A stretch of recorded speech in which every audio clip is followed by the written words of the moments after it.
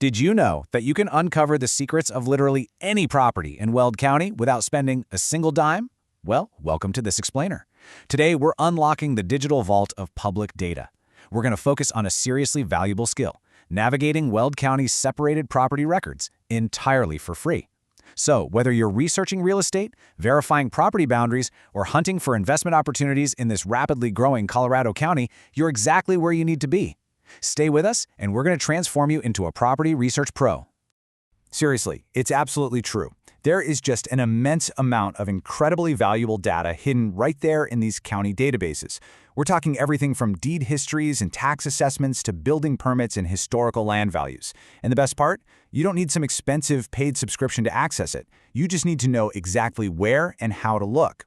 Okay, let's dive into this and show you how to completely bypass those paywalls. So here is our roadmap for today. We're going to cover an intro to property records, how to access the portals, interpreting your results, overcoming common search challenges, some expert tips, and we'll wrap it all up with a quick legal disclaimer. Let's get started. Section 1. Intro to Property Records. Now, to truly master property research in Colorado, you first have to understand how the government structure actually dictates where all this information lives. See, you're not going to find everything in one single magical search bar. Because Colorado's constitutional structure separates real estate records, valuation, and taxation across a bunch of distinct governmental offices, you kind of have to act like a detective, piecing together clues. So if you want ownership and title history, you go to the clerk and recorder. For tax assessments and property values, you head over to the assessor. Want to know if those taxes are actually paid? That's the treasurer. For building permits or zoning, you check with planning and development. And tying the whole shebang together visually are the geographic information systems, or GIS maps. Knowing who holds what, well, that's really half the battle right there. Moving right along to Section 2, accessing and navigating portals. Now that we know exactly who has the data, let's look at the practical steps of finding and properly using these central online tools. The most common entry point you'll use is the Weld County Property Portal. It acts as your absolute best starting point for any basic property search. It lets you search by owner name, address, account number, subdivision, parcel number, or even the legal description. But here's the catch. These databases are incredibly strict. Queries require very, very precise formatting to work correctly. If you don't follow their specific rules, the system is just going to return a frustrating error, or it'll fail to display your target property entirely. But don't worry, because knowing these exact formatting rules is basically your insider cheat code to prevent those system errors. So, for an account search, you have to start with an R for real property or an M for a mobile home, and that's followed by exactly 7 digits. When you're searching an owner's name, always put the last name first, followed by just the first few letters of the first name. This little trick accounts for middle initials that might otherwise trip you up. For an address, just type the house number to bypass issues with abbreviations like street versus state. And if you happen to be searching section, township, and range, you absolutely must use a single space between each value. In addition to the text database, you also have the Property Portal Map. Now, this uses the exact same core search parameters we just talked about, but it allows you to visually explore the county's more than 239,000 parcels. Once you actually select a parcel on the map, it displays some basic property info and includes a really handy direct link to download a full property report. It's even optimized for mobile devices. You literally just tap the owner's name at the bottom of your screen to open the information panel and grab that report while you're on the go. Super convenient. Let's get into Section 3, interpreting your search results. Okay, so getting the data is a great first step, but what does it all actually mean? Well, one of the most powerful features the assessor provides to help you interpret that data is the Comparable Property Sales Search. This tool is a database used to find nearby properties with similar characteristics and transaction dates. The really crucial point here is that you can use this public data to independently evaluate a home's market value if you're buying or selling. Or you can even use it as evidence to support a formal tax protest with the Weld County Board of Equalization if you think your property was assessed way too high.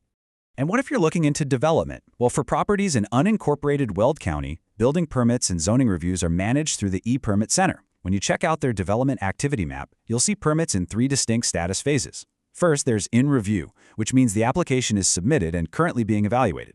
Next up is processing, where fees might be getting paid and final details are being sorted out. And finally, issued, meaning the permit is totally active and construction can officially begin. Tracking these phases tells you exactly where a property is in its development lifecycle. Moving on to Section 4, overcoming search challenges.